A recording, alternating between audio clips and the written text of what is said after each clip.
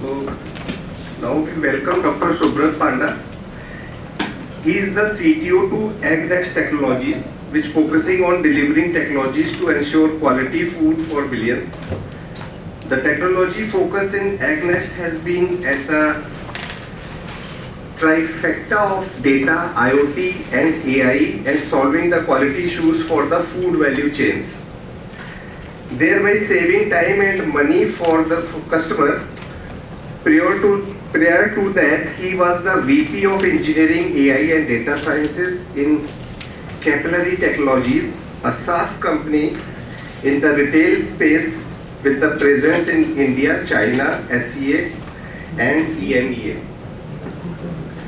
where he led the AI team working on smart store and personalizations.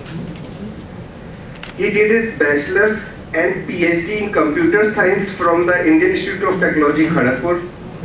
He has worked with Synopsys, IBM, STG, NVIDIA and Taro, a Bay Area-based food tech startup. He has also worked as a research consultant on various industry-sponsored projects in Kharagpur, IIT Kharagpur. He is an author of multiple patents, publications, international journals and conferences. He is a technology advisor and a mentor to multiple startups in multiple domains. So I hope you will be benefited by his lecture. So I welcome Dr. Subrat.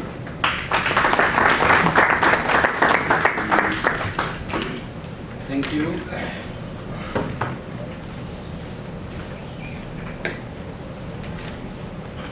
First, let me try to make technology my best friend, which I will right now.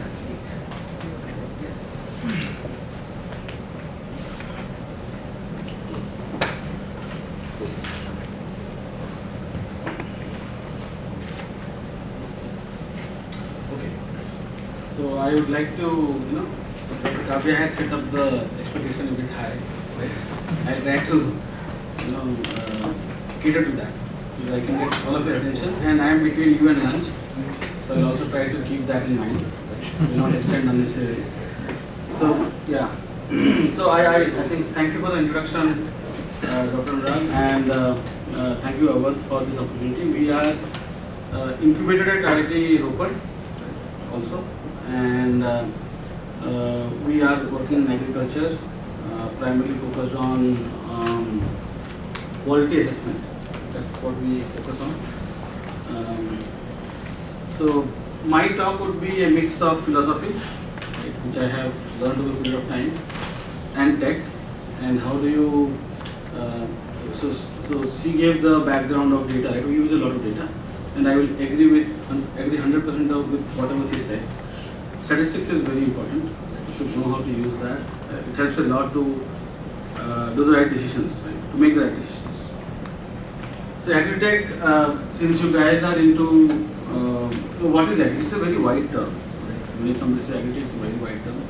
Weather also agritech. Soil testing is also agritech. Right? You use drones for effective, I would say, pesticide or herbicide spraying. That also agritech. Depending, say, loop that you close. Right? So a lot of things. If you look up at Wikipedia, you get a lot of things around what is agritech.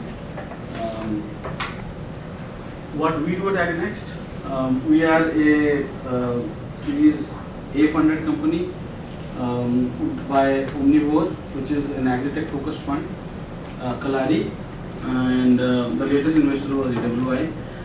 Investment raising is good, but we should also have a product around it. Right? So what today I will talk about is how to build an AI product. And the topic is AI in agriculture. So the product will be about using AI to build a product in the agriculture domain. Right? So we have a lot of focus areas that we work on. 4 of them being listed here are spectroscopy, computer vision, IoT, electrochemical sensing. Right? So spectroscopy is, I'll give you the best example. We all used oximeters during Corona. Right? The technology is similar. This is the point. Is it the point? Yes. No.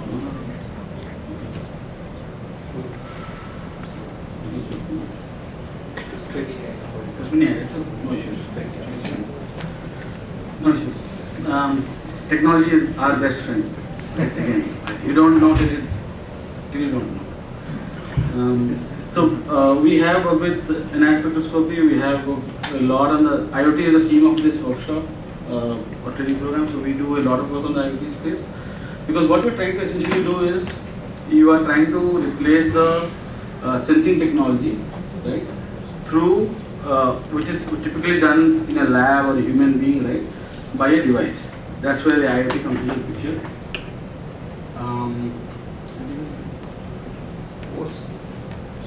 Setup को खोल के रखो, तुम जाओ तो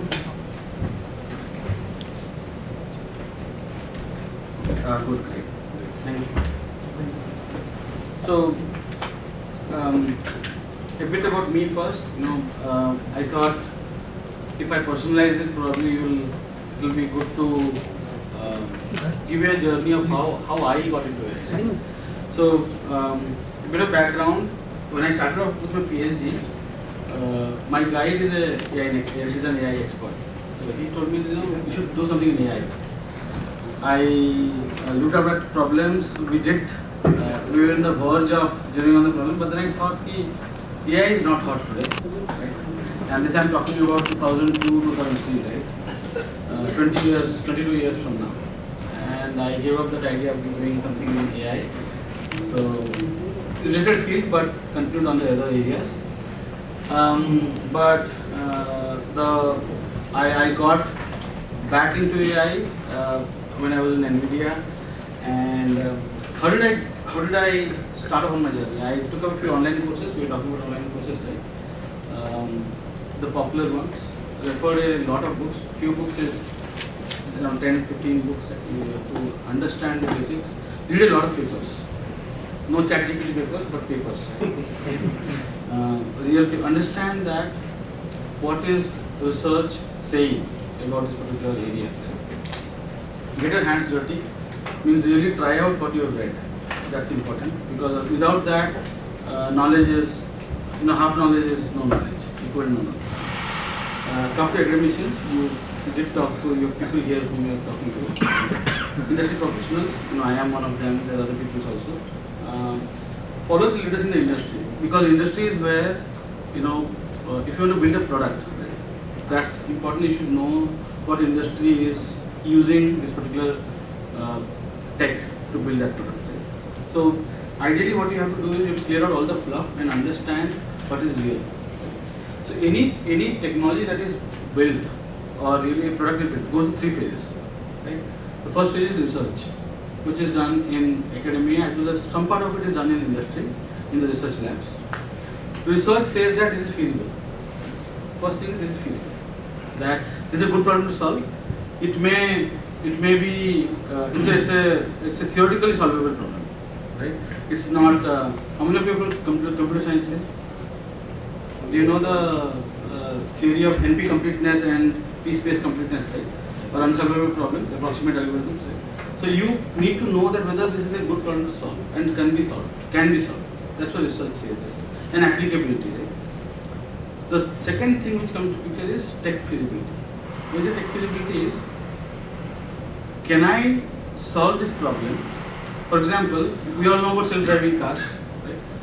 If a pedestrian detection is done by an algorithm, right? That means what does the car do? It looks for obstacles on the path and then decides how to drive, right? Circumvent those obstacles. Now, if the obstacle detection is done in 60 seconds per frame, tech is feasible, right? Tech तो बन गया है, 60 second में करता है, पर उसके पीछे आप 100 लोगों को मार के जाओ, वही होगा ना? Am I right? Did you understand what I'm saying? तब tech feasibility होगी. Research says that ये अगर आपने कर दिया, हाँ ये एल्गोरिथम बना दोगे तो हो जाएगा. Computer vision possible है, ये हो गया. Tech says that हाँ possible है पर 60 सेकंड में करूँगा. And then I say, can you do it at 50 frames per second? क्या आप उसको 50 frames per second के रेट पे प्रोसेस कर सकते हो? Then you say that इसके लिए आपको $1 लाख देना पड़ेगा मुझे, या मतलब 1 करोड़ रुपए दोगे तो बना दूंगा मैं. 1 करोड़ रुपए कार का होगा तो कोई खरीदेगा इंडिया में? I'm just trying to say that's where the market fit comes into picture, right? So that's just a power thing. So you have to say that the product तभी आती है market में when you have market feasibility. So you have research feasibility, you have tech feasibility, then you have research feasibility, market feasibility. That's when the product comes to the market. मतलब लोग पैसा देने के तैयार हैं तभी product बन के आता है. So lot of things, it's a funnel. आपने research किया, फिर tech किया, फिर market feasibility किया. This is where it is required in your understanding. It should be there that this is what is required to build a product. And then any product require teams to work. I mean, you can do individual research, but research will bring you to some space, but it becomes so vast at some point of time that it's not a one-person job. It's a team's job. It happens. And what are the two things that I believe which has helped me build products is confidence and clarity. Right? एक तो आपके skill होनी चाहिए, knowledge होनी चाहिए, attitude होनी चाहिए. ये फिलोसॉफी स्लाइड है, इसे philosophy slide. You need to have competence and you need to have clarity. अगर कॉम्पिटेंस है और क्लैरिटी नहीं है तो भी आप कहीं नहीं जाओगे. अगर क्लैरिटी है बट कॉम्पिटेंस नहीं तो भी आप कहीं नहीं जाओगे. You will not go anywhere. You have to have both. The thing that you should come out of these workshops that you do, this 5 days or 4 days thing that you do is should have build your competence and clarity in the area that you are doing. This is applicable everywhere. आप कोई भी काम करो, अगर ये दोनों पे अगर आप फोकस करते हो, you guys know about optimization algorithms, right? If you optimize for clarity and competence in any problem that you are taking up, I think you will be successful. So now I go back to the reality, right? Philosophy से reality आती है. So what we do at AgNext? We are the company's vision or mission, I would say, is to deliver quality food for billions. So this is what is very inspiring and has been the driving factor for me being in the ship. Is whatever I am building today is ensuring that the food on your plate would be of good quality, and our first objective is to ensure that 5% of the world food goes through our platform, and we are in that journey. We are getting closer by the day, but someday we'll be having this entire thing. Right? How do we do it? We build technologies for quality sensing for a lot of commodities. We have around 100 plus commodities in our kitty, which we do, and we do quality analysis instantly. We don't do delayed analysis. What I mean by that is, for example, how many of you know about wet lab chemistry? जहाँ पे आपका say हल्दी आप लोग, you guys know about haldi, right? Turmeric. So turmeric में there is something called curcumin, that is the value of that is very high. Right? Now turmeric is priced at the curcumin percentage in that commodity. If you take it to a wet lab chemistry, it will take around 24 hours to 28 hours to get that thing done, right? क्योंकि there is a process है, उसमें extraction होता है, it takes time. And it's a very well-defined ISO process, ISO standard process that does that. What we have done is, imagine this: you take the turmeric powder, you put it on the device. We use an NAS spectroscopy there. There's a light which passes on light through that in the NIR range, near infrared range. We've got a spectrum on the other side, which is around 1000 odd wavelengths की signal आती है. We have built models on those spectra of various ranges, and we can predict that value with 95% plus accuracy, in fact 97% plus accuracy in 2 minutes time. At max 2 minutes. It can be much lesser than that. We can do in 30 seconds also, right? So it depends on which commodity you have. So this saves two things. One thing is, you don't have to wait for the results to be there. I mean, for a day. Logistics problem are not there. आप device ले जाओ, वहाँ पे test करा लो, ले आ जाओ.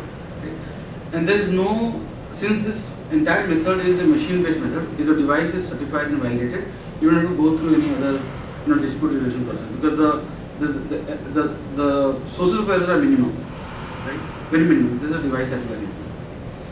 So that's where we do it for physical analysis as well. Right? When anybody from agriculture background here? Anybody? Okay. So we do physical analysis in the sense that जब आप rice, right? Typically when people buy rice, there is a penalty on damaged grains or discolored grains or foreign matter. No? You cannot have them beyond a particular percentage. Right? We ensure that through our devices that you can do an assessment of that instantly.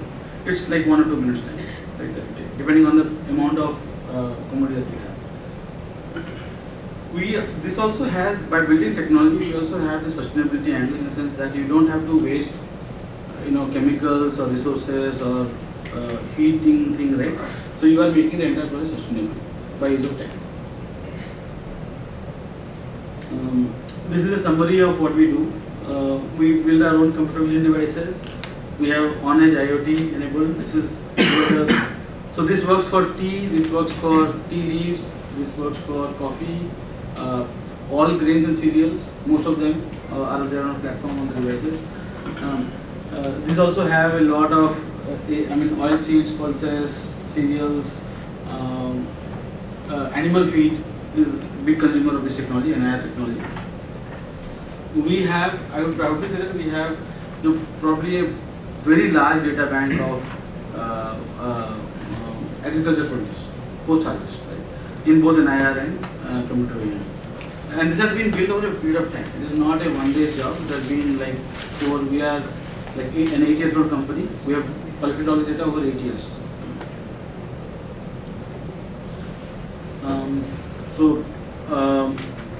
Where are we using this technology? That's very important.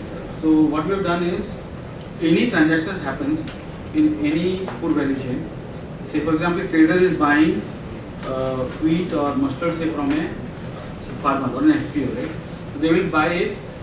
Mustard, if they're buying at oil percentage. So that's the quality part of it. And quantity is, it's very easy to measure. Quantity is very easy to measure. Quality is something which is